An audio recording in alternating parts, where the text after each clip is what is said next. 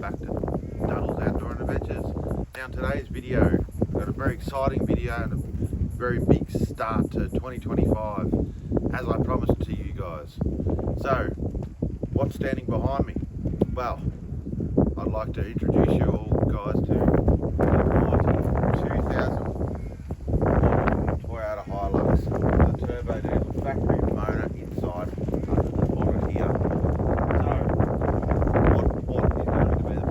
This rig. So we're going to talk a little bit about that around this video for a walk around the rig here. So just to begin at the front, we've got an ARB aerial over there. I've just got that on the show, but there's also going to be a video coming up very soon next week about us installing the UHF aerial into the vehicle and also putting a set of spotlights on the front, which I do have. So the name of this video is going to be the Budget Hilux. So we're going to be building this Hilux on a budget. So how much did we pick the Hilux up for? Well, as a matter of fact, I actually swapped it. So as you guys will obviously know, just behind you, just there where the camera is situated on the tripod, just there, we have got the GU spot and it is empty.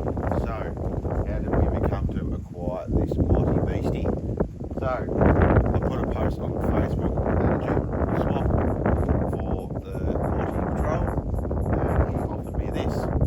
So as I said, it's a 2000 model Toyota Hilux with a 1 KZTE motor in it.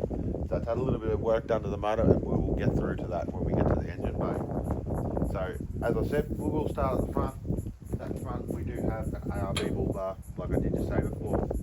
Aerial just there for show. We have got JTX LED projector headlights with a LED ring around the outside. So when you put your indicator on, the actual outside ring of these headlights actually flash to your indicator. Factory grille just there, factory corner lights. We are missing one indicator light on the bull bar on the driver's side, which we will be replacing to build this up before the roadworthy. So I'm going to take you through the entire build series, the breakdown, how much we spend on it, all that kind of good jazz throughout this entire budget build series. So, what else do we have at the front? We've got the headlights, as I've already stated. We've got a set of 31 by 10.5 R15 on the ground. That's a choose. And they are a Cooper Discovery ST Max. Lovely tyre, have had experience with these tyres in the past. Very good wearing tyre, very well off-road. We have also got the Safari snorkel factory fitted to it with the big ram head up the top up here. As you guys can see, there's a big hole just up in here, up in there. Yeah, well, that needs a new snorkel head, and we've got that on the to-do list to purchase and replace. Also got a bonnet scoop on the middle of the bonnet just there. Don't know what brand of bonnet scoop that is, but it's a bonnet scoop nonetheless. As you can see, the cheeky little intercooler up there too, which is in the engine bay. The previous owner, before I purchased it, he actually has Raptor coated the entire bonnet. That will get changed to another green bonnet to suit the rest of the vehicle, and we'll get a better bonnet scoop to put on at the same time. Alright, let's move along to the rear of the vehicle. Alrighty guys, so at the rear of the mighty Lux here, we have got a standard basic steel tray. We drop down the tray sides just here, pretty self-explanatory. So, a nice just drop down steel tray. We've just got some normal halogen head tail lights in the back just here. A beautiful trade for plenty of plans. And we've already got plans and in the works for a canopy to jump on the back of this. So we're just going to go pick that up, man, apart. So some beautiful little tray sides here. 3 tray sides drops beautifully. Awesome. Some factory Toyota halogen tail lights on the back there. If you guys can notice just here, there's actually an airline fitting. Okay, so this vehicle has actually got an air compressor in it to pump up your tyres. Also it's got an air tank just off to the side over here, which I will show you later on. So there's an air tank just over that side. That is plumbed into an air compressor on the side toolbox on the driver's side just over here, and we'll get around to that as well. So nothing big fancy at the back end, as you guys can see. Just sort of get it out of the way because it's quite boring. It has got a little LED reverse light there. That does have to be rewired. The previous owner, I got it through with the swap deal, guys. He did pull a lot of the wiring out, so throughout this budget build we're going to have to be pulling a lot of wiring out and rewiring things back up again. And I'm going to take you guys through doing the wiring aspect of everything about this budget build and try and show you guys as much in depth of doing this budget build and showing you guys some of the wiring and a little tinkering and little teething issues. But so yeah, that is the rear end of the vehicle. So let's get around and jump around and I'll show you a little bit on the inside. As you guys can see, we are in the front of the vehicle just here. So as you guys can see, we've got a top glove box just over here, the factory glove box down there, normal 5-speed manual G52 gearbox, as well as your normal low range, high, low, and 4 low. We've got a little USB power point just down there that you can charge your phone, or in my case, it'll be GoPros. Nice little center console. Got to sort all that out. The seats are quite tidy. We are going to be chucking some seats on there. Some seat covers, I should be saying. Over here, just there where my finger's pointing, we've got a little cup holder tray. As a matter of fact, I'll jump around to the driver's side and just show you guys as best as I can.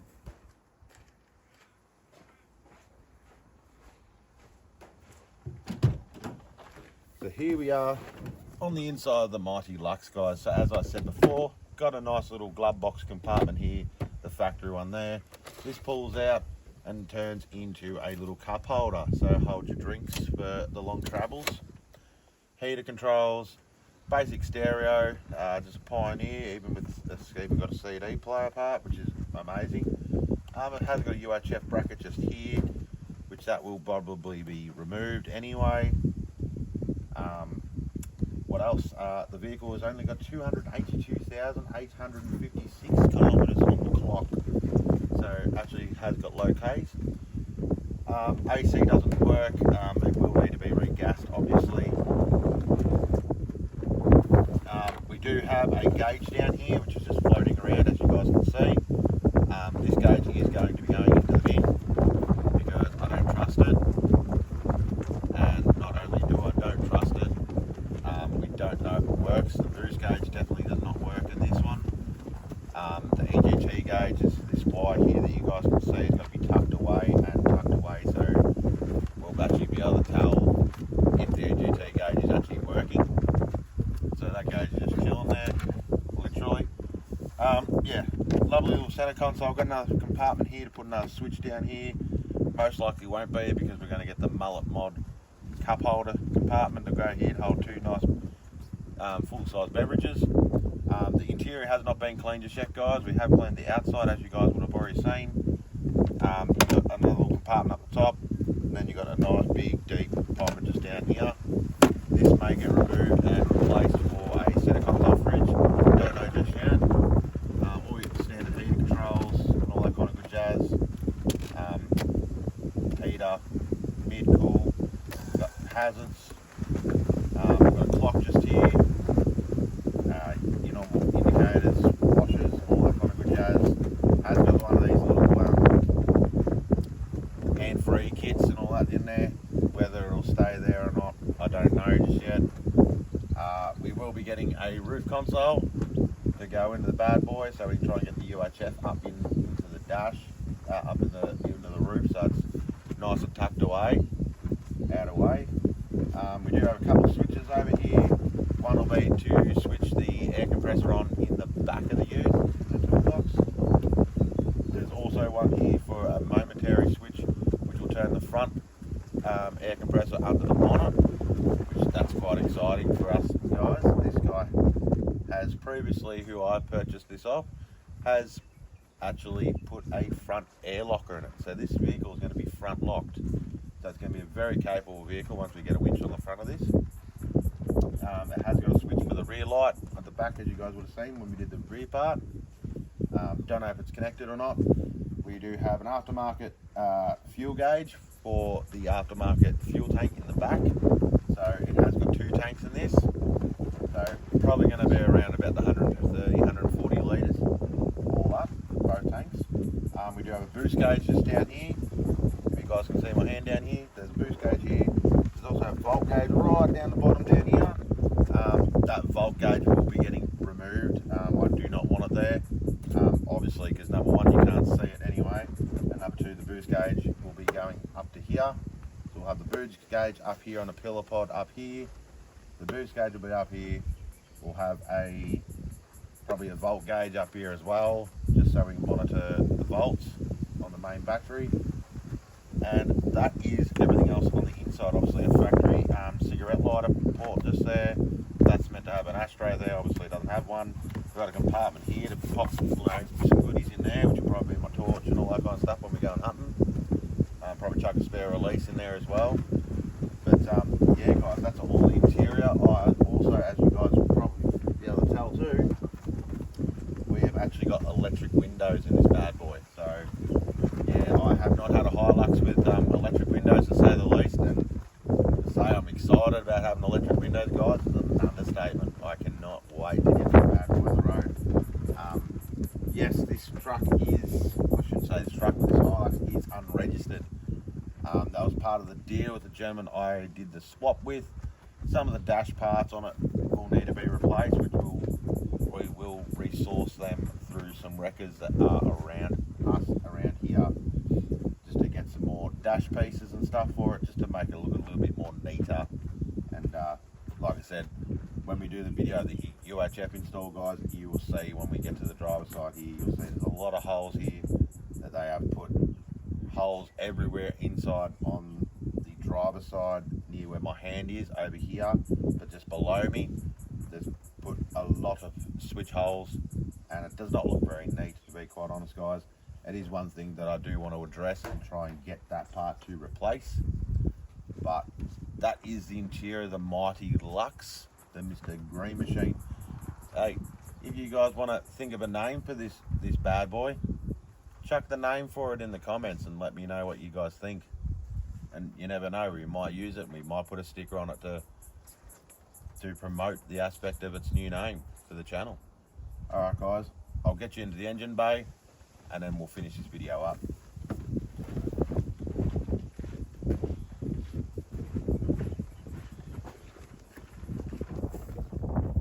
You can see right in front of us here, we have got the mighty 1KZTE engine. So it is a 4-cylinder factory turbo diesel engine. So to begin with, in this engine bay, as you guys can see, there is a lot of wiring in here at the moment. A lot of it's going to be getting ripped completely out, and we're going to be starting fresh, because I don't know if half of this wiring is actually connected to anything. That relay over there is hooked up to something. I don't know what it is hooked up to. We do have the battery out of the mighty Patrol in this, so we do have to get a brand new battery, so that'll be on the list of things to do. Majorly first, that'll be the first major things that we will have to get done to this vehicle before roadworthy, because obviously it's got to be jump started every time it's got to be moved or anything else like that. So, but under the bonnet, for everything that I do know, guys, it, like as I said, I've already stated what kind of motor is in the vehicle at the moment. It has got the factory snorkel. That's all re-plumbed up into the factory airbox over there. So we've got an aftermarket intercooler up the top up here. You know, throttle control down here and everything. Crossover pipes just here. It's a little bit loosey-goosey. We'll have to sort that out, so it's not a little bit loosey-goosey to agree. But anyway, that's in there. So factory crossover pipe, aftermarket intercooler. As you guys can see, the aftermarket